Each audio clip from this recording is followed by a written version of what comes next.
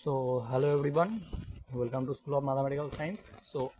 आज हम लोग करेंगे CSIR नेट 2020 का जो तमिलनाडु और पौंडीचेरी में जो क्वेश्चन आया था ना, उसका पार्ट बी का सोल्यूशन करेंगे जो प्योर मैथमेटिक्स से आया था।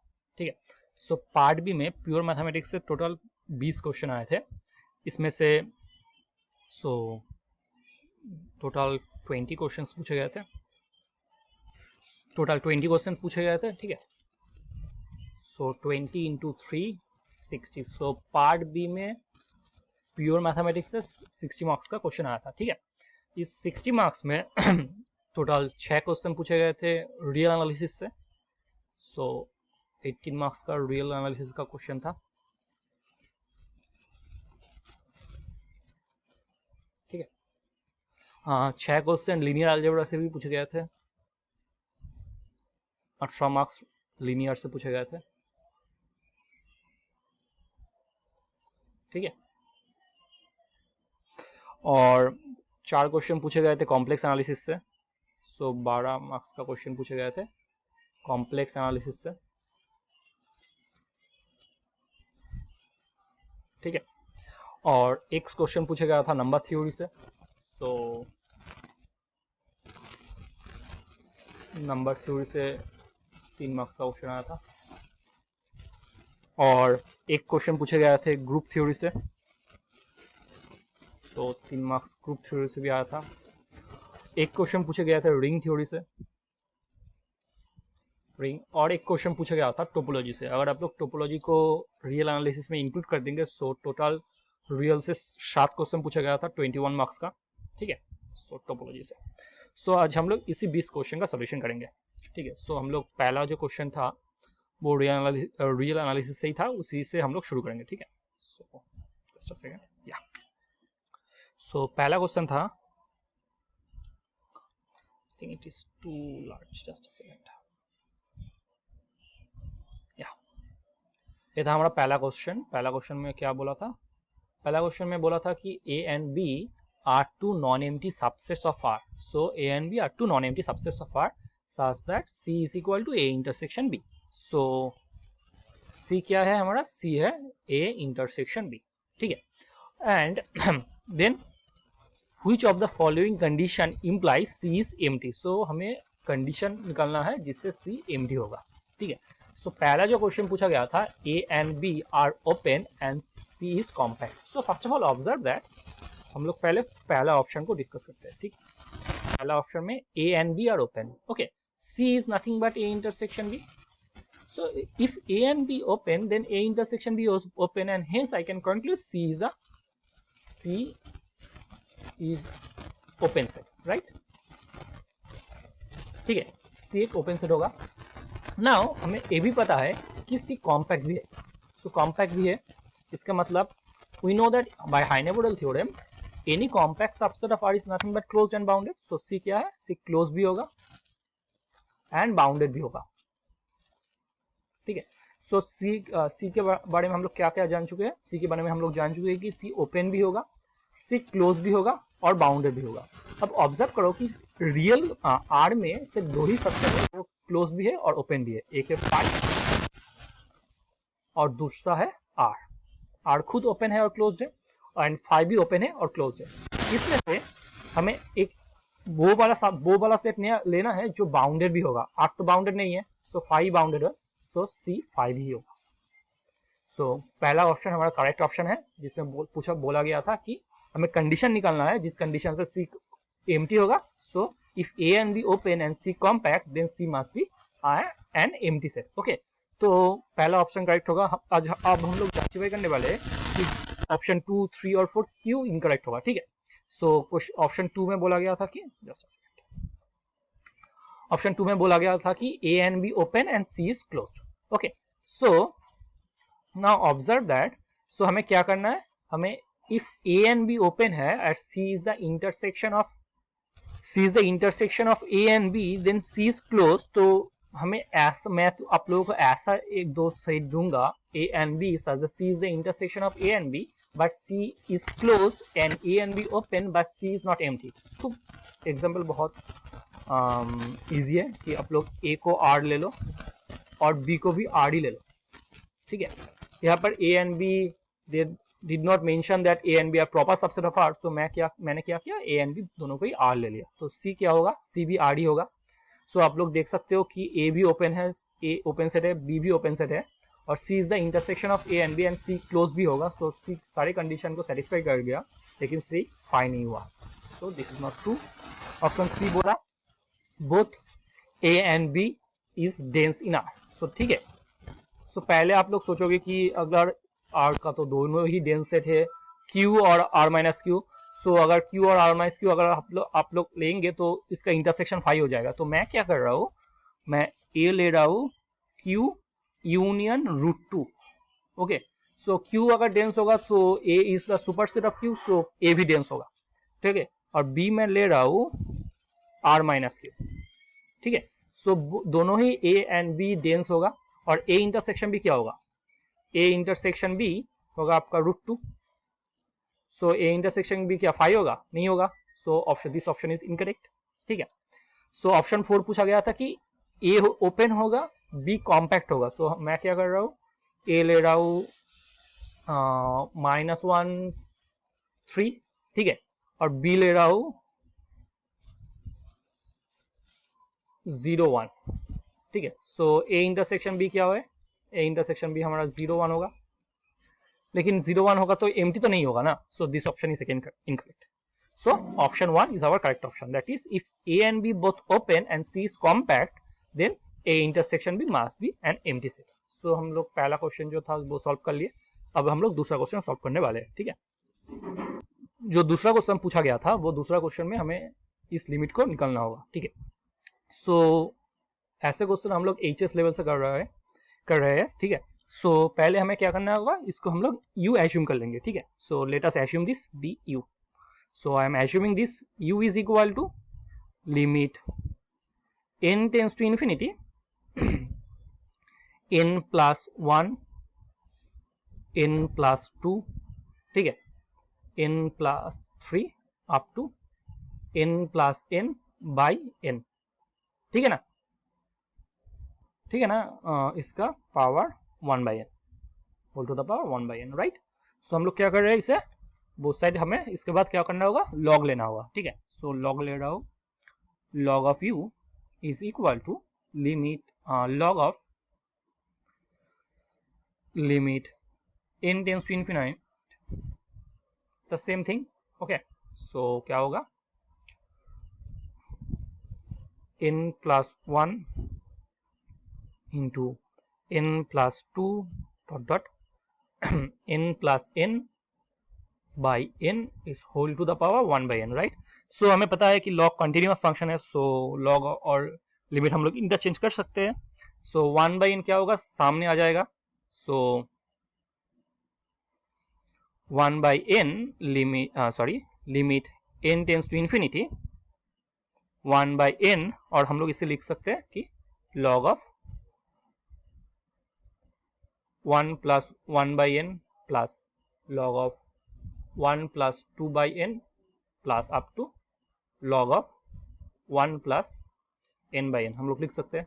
ठीक है, सो इसे हम लोग लिख सकते हैं limit n tends to infinite 1 by n summation r is equal to 1 to n log of 1 plus r by n, right students.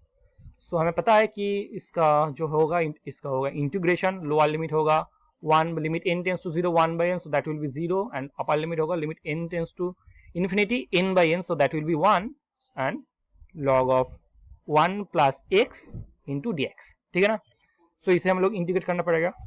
ठीक है, सो log of 1 plus x का इंटीग्रेशन क्या होगा, log of 1 plus x का integration होगा x plus 1 log of x plus 1 minus x, ठीक है, lower limit 0 upper limit 1, सो अगर हम लोग लिमिट को बैठा देंगे तो क्या होगा 2 log 2 minus 1, सो 2 log 2 minus 1 क्या है हमारा, log u का वैल्यू है 2 log 2 minus 1, लेकिन हमें किसका वैल्यू निकालना है, u का वैल्यू निकालना है। ठीक है ना, सो u का वैल्यू निकालना है तो हमें बोथ साइड एंटी लॉग लेना पड़ेगा। सो क्या होगा e to the power 2 log 2 -1, right students. सो इसका क्या होगा, इसको हम लोग लिख सकते हैं e⁻² log 2 बाई ई लिख सकते हैं। सो इसे हम लोग लिख सकते हैं e⁻log 4 बाई ई। हम लोग पता है हमें 2 और ई को इंटरचेंज कर सकते हैं, सो इसका वैल्यू होगा 4 बाई ई। सो इस लिमिट होगा क्या 4 बाई ई, ठीक है। सो हम लोग ऑप्शन को देखते हैं। सो 4 बाई ई हमारा ऑप्शन बी है, सो हम लोग ऑप्शन 2 है, so option 2 is our correct option है। ओके स्टूडेंट्स, सो हम लोग जो दूसरा क्वेश्चन था उसे भी सॉल्व कर लिए। नाउ हम लोग तीसरा क्वेश्चन सॉल्व करने वाले हैं, ठीक है। जो तीसरा क्वेश्चन पूछा गया था वो था कि इसको y is equal to 1 2 3 up to 100, ठीक है ना। So let h such that y to y be a strictly increasing function, ठीक है। सो एज का डोमेन भी y है, रेंज भी y है, और एज स्ट्रिक्टली इंक्रीजिंग फंक्शन है, ठीक है। So total number of functions g such that y to y satisfying this condition, g of hi is equal to h of gi for all i belongs to y। so हमें निकालना है कि कितना function g इस condition को satisfy करेगा। so इसके लिए हम लोग क्या कर रहे हैं, पहले हम लोग एज को ऑब्जर्व करेंगे, ठीक है। The question is very easy. अगर आप लोग एज को ऑब्जर्व कर सकते हो ना, तो इस क्वेश्चन को आप लोग आसानी से सॉल्व कर सकते हो, ठीक है। सो हम लोग पहले इसे सॉल्व करने के लिए क्या करेंगे, एज को ऑब्जर्व करेंगे कि एज फंक्शन कैसा होगा, ठीक है।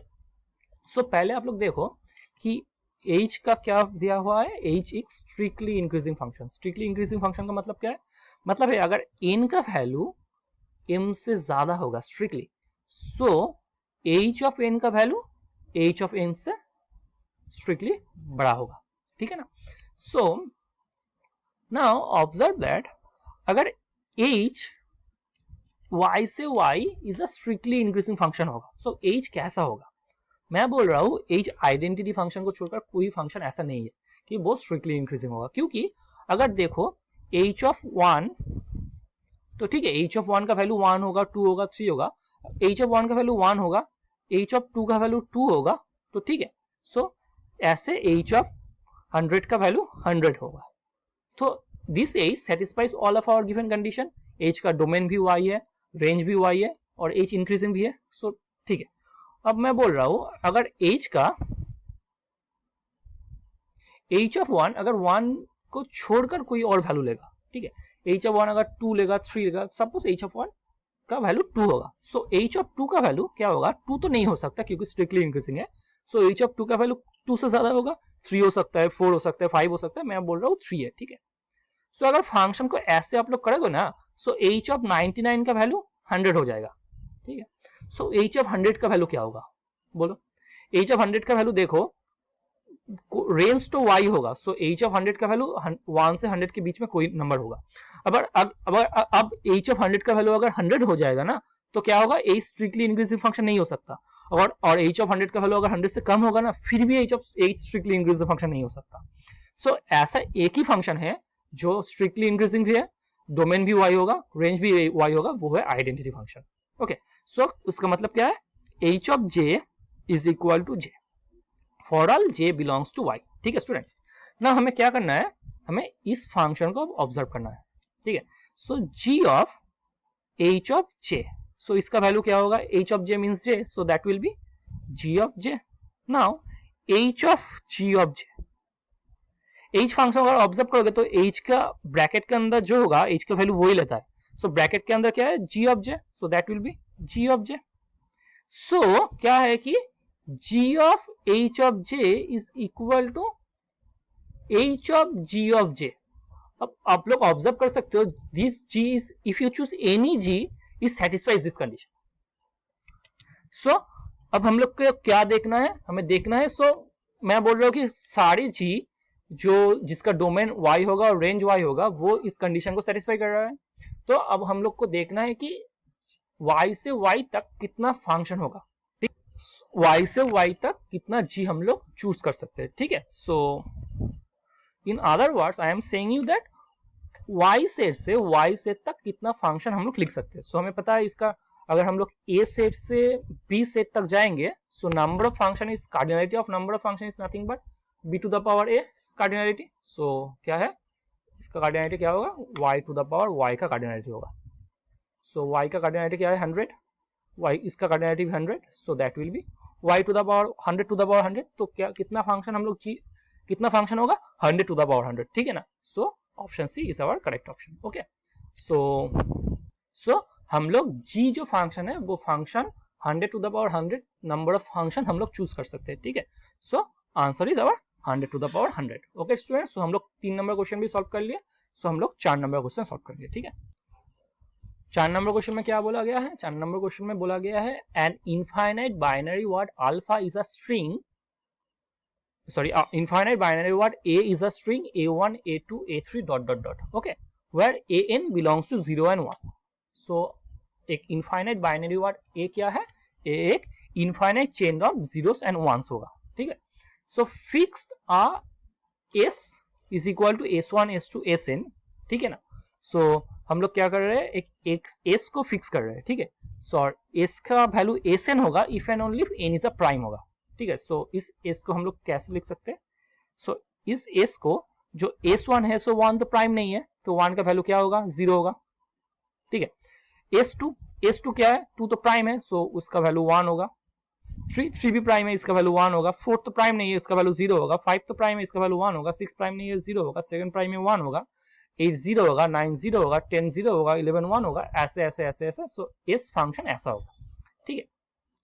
तो अब वो लोग बोल रहे हैं कि s is equal to a1 a2 dot dot dot, there exists a m belongs to natural number such that an is equal to sn for all n greater equal to m।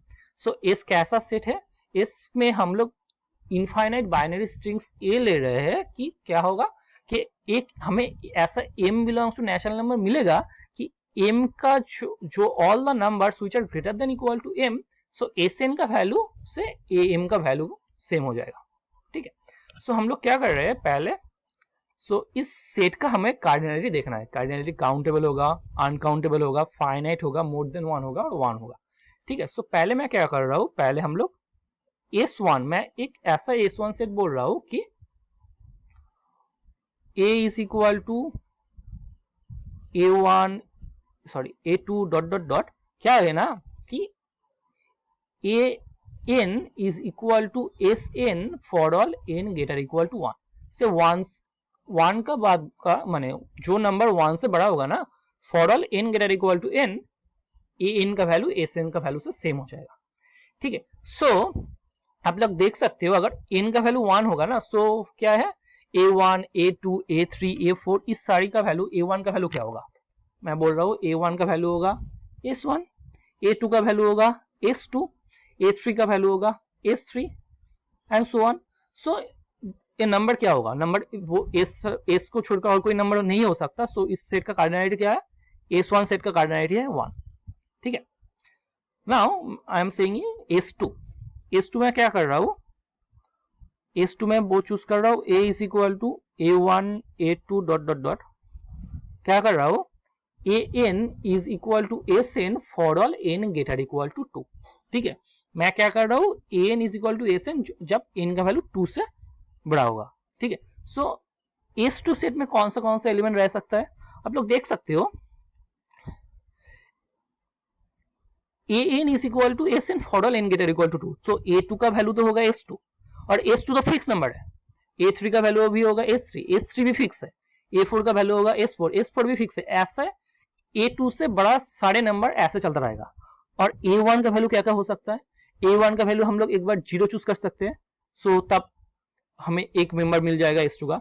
और हम लोग क्या कर सकते हैं a1 के value 1 choose कर सकते हैं, तब s2 का दूसरा मेंबर मिल जाएगा। तो s2 का कार्डिनैलिटी क्या होगा, s2 का कार्डिनैलिटी होगा 2, ठीक है। सो मैं बोल रहा हूं अब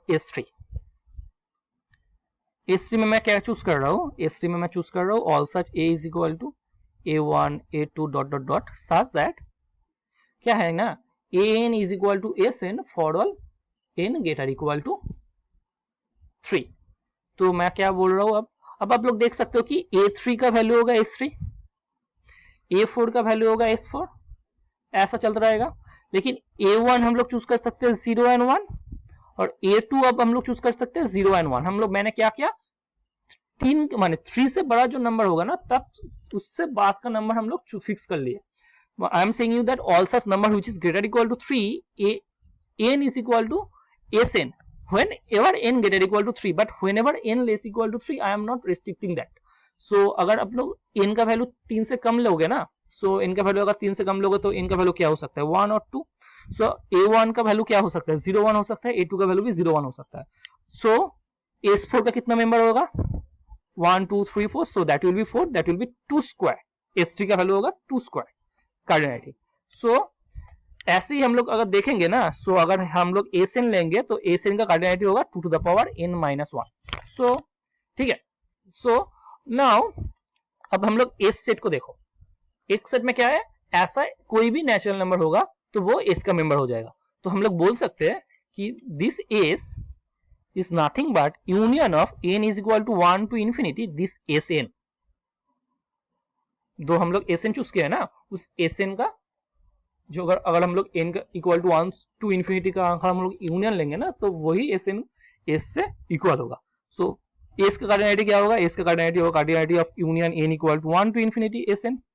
अब इसका कार्डिनलिटी क्या होगा, इसका कार्डिनलिटी मैं बोल रहा हूँ एक काउंटेबल होगा और अनकाउंटेबल होगा. पहले आप लोग देखो कि s1 काउंटेबल है, s1 में पहले और मोर प्रिसाइसली s1 फाइनाइट सेट है, एक एलिमेंट है. s2 भी फाइनाइट सेट है, सो काउंटेबल है. s3 भी काउंटेबल है. सो this is nothing but countable union of countable sets, so that will be countable. so s is countable. ठीक है. और s का फाइनाइट होगा, फाइनाइट नहीं होगा क्योंकि पहले सेट में एक एलिमेंट है, दूसरे सेट में 2 एलिमेंट है, तीसरे सेट में 4 एलिमेंट है. तो ऐसे ऐसे होता रहेगा और हम लोग ऐसे आर्बिट्ररी काउंटेबल यूनियन ले रहे हैं तो वो तो काउंटेबली इनफाइनाइट होगा. ठीक है. सो आप लोग ऑप्शन देख सकते हो. पहला ऑप्शन है 1 नहीं होगा, दूसरा ऑप्शन है finite but more than 1, finite तो नहीं है. So countably infinite, तीसरा ऑप्शन करेक्ट है, four uncountable is not correct. So इस क्वेश्चन का हम लोग सॉल्व कर लिए. So we have solve this question. Now we are going to solve the next question. ठीक है ना. So let us solve the next question. So हम लोग क्या करने वाले हैं, नेक्स्ट क्वेश्चन को सॉल्व करने वाले हैं. ठीक है. So the next question says that, just a second, हम लोग नेक्स्ट क्वेश्चन क्या बोला गया है, नेक्स्ट क्वेश्चन में बोला गया है कि एस, just a second, क्या है यार, या नेक्स्ट क्वेश्चन में बोला गया है कि f is a non constant polynomial of degree के. ठीक है. f एक नॉन कांस्टेंट पॉलिनोमियल होगा, इसका डिग्री के होगा, और g such that R2R be a bounded continuous function. ठीक है ना. सो g क्या है, g बाउंडेड और कंटीन्यूअस फंक्शन है. सो g के बारे में और कुछ नहीं बोला गया है. g कांस्टेंट फंक्शन भी हो सकता है, g ट्रिगोनोमेट्रिक फंक्शन भी हो सकता है, कुछ भी हो सकता है. ठीक है. और which of the following statement is necessarily true. So हमें करेक्ट स्टेटमेंट चूज करना है. पहला क्वेश्चन जो बोला गया है कि there exist a x0 belongs to r such that f of x0 is equal to g of x0. ठीक है. सो पहले हम लोग देखते हैं इस ऑप्शन ट्रू होगा या फॉल्स होगा. मैं क्या कर रहा हूँ, पहले वो लोग बोले है कि f is a non constant polynomial of degree k. मैं क्या कर रहा हूँ, fx is equal to x square choose कर रहा हूँ. ठीक है. For all x belongs to r. So this is a non constant polynomial of degree 2. ठीक है. और मैं क्या कर रहा हूँ, g चूज कर रहा हूँ. मैं ऐसे g चूज करूंगा कि f of for all x belongs to r क्या होगा, gx is not equal to fx होगा. सो मुझे मेरा टारगेट है ऐसा कुछ g चूज करना. तो मैं क्या कर रहा हूँ, आप लोग देख सकते हो कि fx equal to x square मैं क्यों चूज किया हूँ, क्योंकि fx is equal to x square का वैल्यू कभी नेगेटिव नहीं होगा. fx is equal to x square is always positive. तो मैं क्या करूंगा, g को नेगेटिव चूज कर लूंगा, gx इज इक्वल टू -5. तो क्या होगा, g तो कंटिन्यूअस फंक्शन होगा, g बाउंडेड फंक्शन भी होगा, और there does not exist any x0 belongs to r such that f of x0 is equal to g of x0 hold. Right. ऐसा कोई x0 हमें मिलेगा नहीं. तो हम लोग बोल सकते हैं कि पहला ऑप्शन इनकरेक्ट होगा. ठीक है. आप लोग तीसरा ऑप्शन देख सकते हो. तीसरा ऑप्शन में बोला गया है कि there exist a x0 belongs to r such that f of x0 is equal to g of x0 if x is even, k is even. आप लोग देख सकते हो यहाँ पर हम लोग k को इवन चूज किए हैं. so I can discard this option again. now let us talk about option 2. option 2 में क्या बोला गया है, option 2 में बोला गया है कि there does not exist any x0 belongs to r such that f of x0 is equal to g of x0. ठीक है ना. ऐसा कोई x0 नहीं होगा जिसका वैल्यू f of x0 का वैल्यू g of x0 का वैल्यू से इक्वल होगा. मैं क्या कर रहा हूँ, इस g फंक्शन को चेंज कर रहा हूँ. ठीक है. सो मैं बोल रहा हूँ g of x is equal to कुछ कुछ कुछ कुछ क्या कर रहूंगा, 0 ले लूंगा for all x belongs to r। ठीक है, so this g function the bounded होगा, और f फंक्शन मैं यहाँ पर सेम फंक्शन रख रहा हूँ, f x is equal to x square for all x belongs to r। So क्या होगा कि f ऑफ 0 का वैल्यू जो होगा g ऑफ 0 के वैल्यू से इक्वल होगा, और इस ऑप्शन में बोला गया है कि कोई भी ऐसा x0 नहीं मिलेगा जिसका वैल्यू f ऑफ x0 का वैल्यू g ऑफ x0 के वैल्यू से सेम होगा। लेकिन हमें ऐसा एक x0 मिल गया है जिस f ऑफ x0 का वैल्यू g ऑफ x0 का वैल्यू से इक्वल है, तो ठीक है ना। सो हम लोग इस ऑप्शन को भी एलिमिनेट कर सकते हैं। So option 4 is our correct option, which says that there exists a x0 belongs to r such that f of x0 are equal to g of x0 if k is odd। ठीक है, so इस option तो correct होगा। हम लोग इस option को इंटुइटिवली feel कर सकते हैं, क्या है ना, कैसे फील कर सकते हैं, अगर इसका वैल्यू ऑड होगा, सो आप लोग F x is equal to X polynomial अगर लोगे ना, so F x is equal to X का रेंज क्या है, आर है। I am saying you that F of R क्या होगा, एफ ऑफ आर का रेंज तो आर ही होगा ना, और जी का वैल्यू आप लोग कुछ भी लोगे ना, सो उसका वैल्यू तो आर से ही कुछ होगा। सो तो ये दो सेट तो कोइंसाइड करेगा ही, कुछ पॉइंट में तो कोइंसाइड करेगा। ठीक है, तो अगर f x is equal to आप लोग एक्स क्यूब लोगे, एक एक्स क्यूब लोगे, तो एक्स क्यूब का ग्राफ कुछ ऐसा दिखता है, आई थिंक समथिंग ऐसा दिखता है। और अगर सो क्या है ना, इसका रेंज भी आर ही होगा, f x equal to x cube अगर लोगे ना, इसका रेंज भी आर ही होगा। सो कुछ ऐसा x0 पॉइंट आप लोगों को मिलेगा ही जिस x0 से f ऑफ x0 का वैल्यू g ऑफ x0 का वैल्यू से इक्वल है।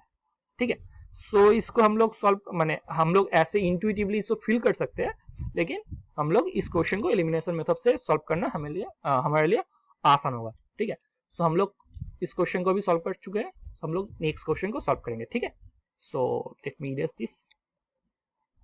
जो नेक्स्ट क्वेश्चन पूछा गया था वो सीरीज से पूछा गया था, उसमें बोला था कि S is equal to this, तो हमें क्या करना है, इसका वैल्यू को निकालना है। तो ठीक है, सो मैं क्या कर रहा हूँ, इसको लिख रहा हूँ, S is equal to 1/2 minus 1/3 into 1 factorial plus 1/4 into 2 factorial minus 1/5 into 3 factorial and so on.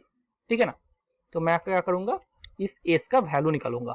सो कैसे निकालूंगा, सो इसीलिए मैं क्या कर रहा हूँ, इसको एक कॉम्पैक्ट वे में लिखना चाहूंगा पहले। सो इसे कॉम्पैक्ट वे में लिखूंगा। So N is equal to 1 to infinity, आप लोग देख सकते हो पहला वैल्यू पॉजिटिव है, दूसरा वैल्यू नेगेटिव है, सो इसीलिए -1 to the power n plus 1। Okay, और हम लोग इसे क्या लिख सकते हैं, 1/n plus 1 into n minus 1 इसका फैक्टोरियल। आप लोग देख सकते हो कि पहला वैल्यू जो है इसका 0 फैक्टोरियल 1, दूसरा वैल्यू है 1 फैक्टोरियल, तीसरा वैल्यू है 2 factorial, fourth value is 3 factorial. So इसे तो ठीक है, सो हम लोग कॉम्पैक्ट वे में इसे लिख चुके हैं। ठीक है, सो हमें क्या करना है, इसका वैल्यू निकालना है। सो इसका वैल्यू निकालने के लिए हम लोग क्या करेंगे, इसका जो सीक्वेंस ऑफ पार्शियल्स हमें उसे लेंगे। So SM is the sequence of first m sum, so that will be n is equal to 1 to m minus 1 to the power n plus 1 by 1 by n plus 1 into n minus 1 factorial. So what I am going to do, first of all, n is equal to 1 to m minus 1 to the power n plus 1, मैं क्या करूंगा, आप लोग देख सकते हो कि इससे हम लोग अगर डिनोमिनेटर में कहीं से एक n ला सकते हैं ना, सो सम तो प्रोडक्ट क्या हो जाएगा, n प्लस 1 का फैक्टोरियल हो जाएगा। देख सकते हो, somehow if we get n in the denominator then we can write this as n plus 1 factorial. तो इसीलिए मैं क्या कर रहा हूँ, न्यूमरेटर में भी n और डिनोमिनेटर में भी n मल्टीप्लाई कर रहा हूँ। तो इसे डिनोमिनेटर को हम लोग लिख सकते हैं n प्लस 1 फैक्टोरियल। ठीक है ना students, so it will be n plus 1 factorial. Okay, so now हमें क्या करना है, सो इसका वैल्यू निकालना है। सो अब हम लोग क्या करेंगे, so summation n is equal to 1 to m minus 1 to the power n plus 1, इसे हम लोग लिख सकते हैं n plus 1 minus 1 by n plus 1 factorial लिख सकते हैं, राइट। सो उसके बाद हम लोग क्या करेंगे, इसे यहाँ पर लिख रहा हूँ, summation n is equal to 1 to m, इसे हम लोग लिख सकते हैं -1 to the power n plus 1 by 1 by n factorial. ठीक है ना, by 1 by n minus one n plus one इस होल फैक्टोरियल लिख सकते हैं. सो इसे हम लोग लिख सकते हैं summation n is equal to 1 to m minus one to the power n plus one by 1 by n factorial minus of summation n equal to 1 to m 1 by n plus 1 is whole factorial and there will be a minus 1 to the power n plus 1. right students? so हम लोग इसे ऐसे लिख सकते हैं. तो मैं क्या कर रहा हूँ, अगर आप लोग m टेंस टू इनफाइनाइट कर दोगे तो ये सीरीज कैसा हो जाएगा, सीरीज हो जाएगा. अगर आप लोग n का वैल्यू 1 होगे तो क्या होगा, minus 1 to the power, so that will be 1. अगर n का वैल्यू 2 लोगे तो क्या होगा, 1 by 2 फैक्टोरियल. 3 लोगे तो 1 by 3 factorial minus 1 by 4 factorial plus 1 by 5 factorial and so on. and this series क्या होगा, अगर आप लोग n का वैल्यू 1 लिखोगे तो क्या होगा, 1 सो प्लस हो जाएगा, so that will be 1 by 2 factorial minus 1 by 3 factorial plus 1 by 4 factorial and so on. ठीक है ना. सो इस सीरीज का वैल्यू हमें पता है, इस सीरीज का वैल्यू क्या है, इस सीरीज का वैल्यू है, तो हमें अब इस सीरीज का वैल्यू क्या है उसे देखना होगा. सो इसीलिए मैं क्या कर रहा हूँ, पहले हमें e to the power x का जो x फंक्शन है ना वो क्या है, 1 plus x square by factorial 2 plus x cube by factorial 3 and so on. Right. So मैं क्या कर रहा हूँ, अब x का वैल्यू -1 पुट कर रहा हूँ. सो x का वैल्यू अगर आप लोग -1 पुट कर दोगे ना तो e to the power -1 is equal to 1 -1 plus 1 by 2 factorial minus 1 by factorial 3 plus 1 by factorial 4 and so on. so ठीक है ना. तो क्या है, लोग देख सकते हो, this is the required series. Right. तो मैं क्या कर रहा हूँ इसके लिए, इसीलिए सो 1 माइनस कॉमन लोगे तो क्या होगा, 1 minus 1 by factorial 2 plus 1 by factorial 3 and so on. so this is the left hand series of our simplification. right. so the value of this will be 1 minus e to the power -1. right. तो देख सकते हो इसका value होगा 1 minus e to the power -1. ठीक है. और इसका वैल्यू क्या होगा, इसका value starts from 1 by factorial 2. सो मैं क्या कर रहा हूँ, कैंसिल कर रहा हूँ. सो इसका वैल्यू होगा e to the power -1. So minus of e to the power -1. So 1 minus 2 times of e to the power -1. so 1 minus 2 by e. right. so let us see the options. You can see it is our option 2. so option 2 is our correct option. okay students, so we have solved this question. now let us solve the next question. so real analysis में उसके बाद question number 40 पूछा गया था real analysis से. ठीक है. Question number 40 बोल रहा है कि f such that 01 closed interval 01 cross closed interval 01 to open 01 cross open 01 is a continuous non constant function. so वो लोग बोल रहे हैं कि f is a continuous non constant function. okay. so which of the following statement is necessarily true. ठीक है ना. तो पहला बोल रहा है कि image of f is a uncountable set. ठीक है. so दूसरा क्वेश्चन बोल रहा है कि image of f is a path connected set. Option 3 बोल रहा है कि image of f is a compact set. Option 4 बोल रहा है कि image of f has non empty interior.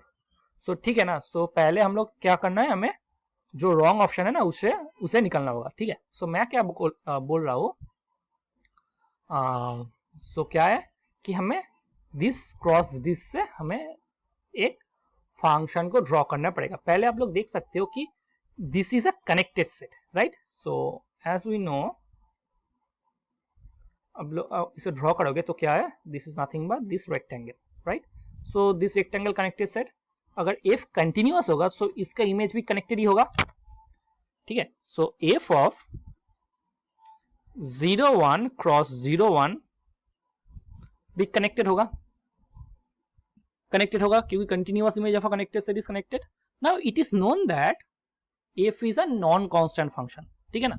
So f is a non constant function. अगर f non constant function है सो f ऑफ दिस सेट तो सिंगलटन नहीं होगा. ठीक है. कोई भी सिंगलटन ए भी नहीं होगा क्योंकि नॉन कांस्टेंट है.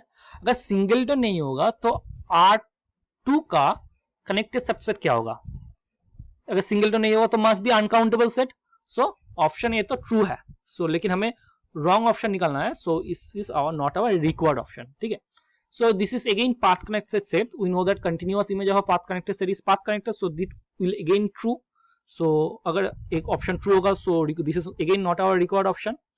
नाउ ऑप्शन 3 में क्या बोला गया है, image of F is compact. आप लोग देख सकते हो कि ए भी कॉम्पैक्ट है, this is again compact. So product of two compact set is compact, so this is a compact set, and continuous image of a compact set is again compact, so image of f is again compact, this is again true, so this is not our required option, so option 4 is our required option. Okay, so we have